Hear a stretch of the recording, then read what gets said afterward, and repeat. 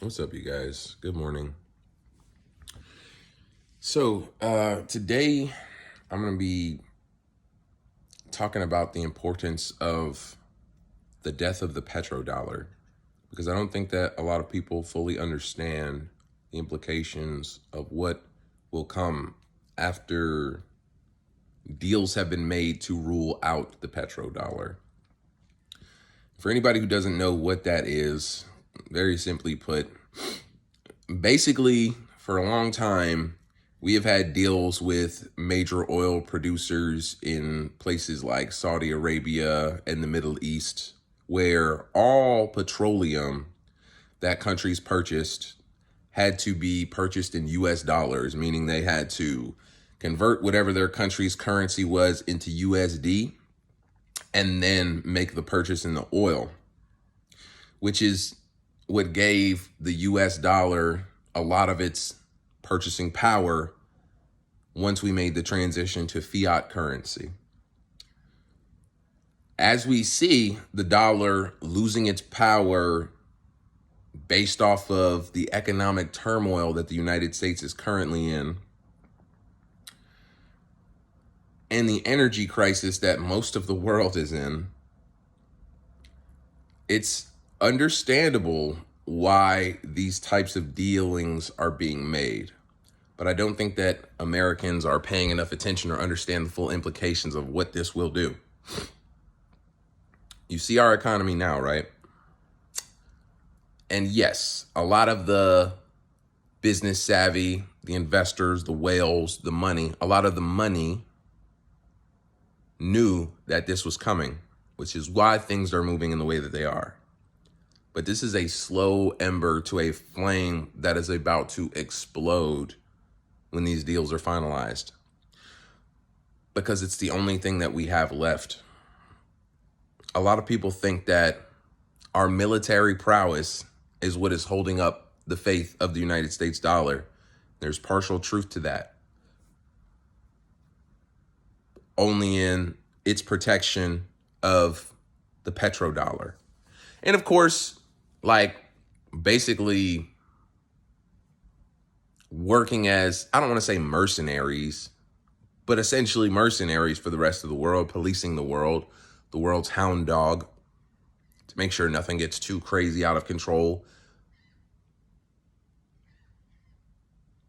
But how long will we be able to sustain that without the appropriate finances?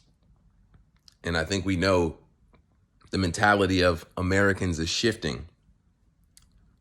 The average American does not want to fight for their country anymore.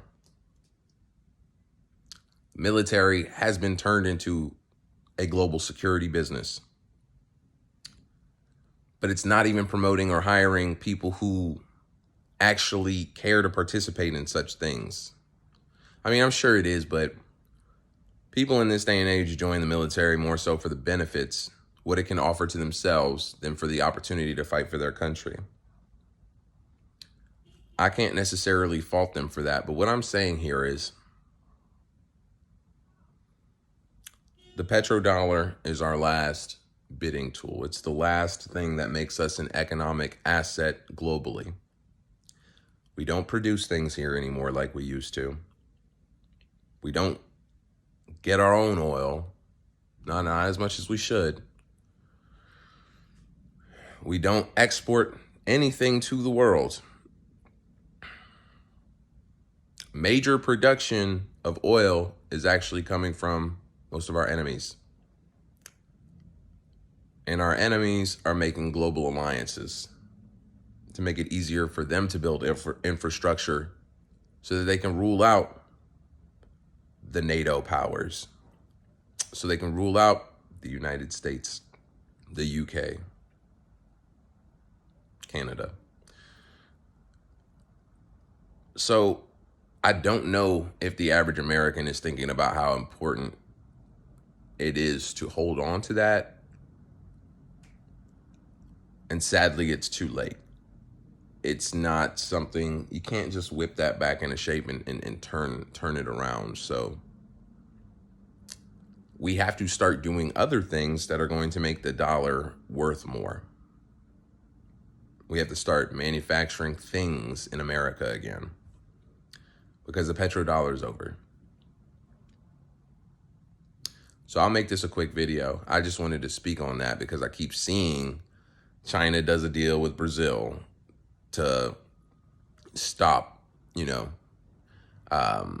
stop doing deals with US dollar as the medium of exchange. Same thing with, like I just said, there are talks with Saudi Arabia, India, Pakistan, all these places out, that oil comes from. The conversations are already being had. And we're too weak to say, hey guys, what are we going to do? What are we going to give them? We're going to print more money to give them? We're already giving so much to Ukraine, fighting this war against Russia.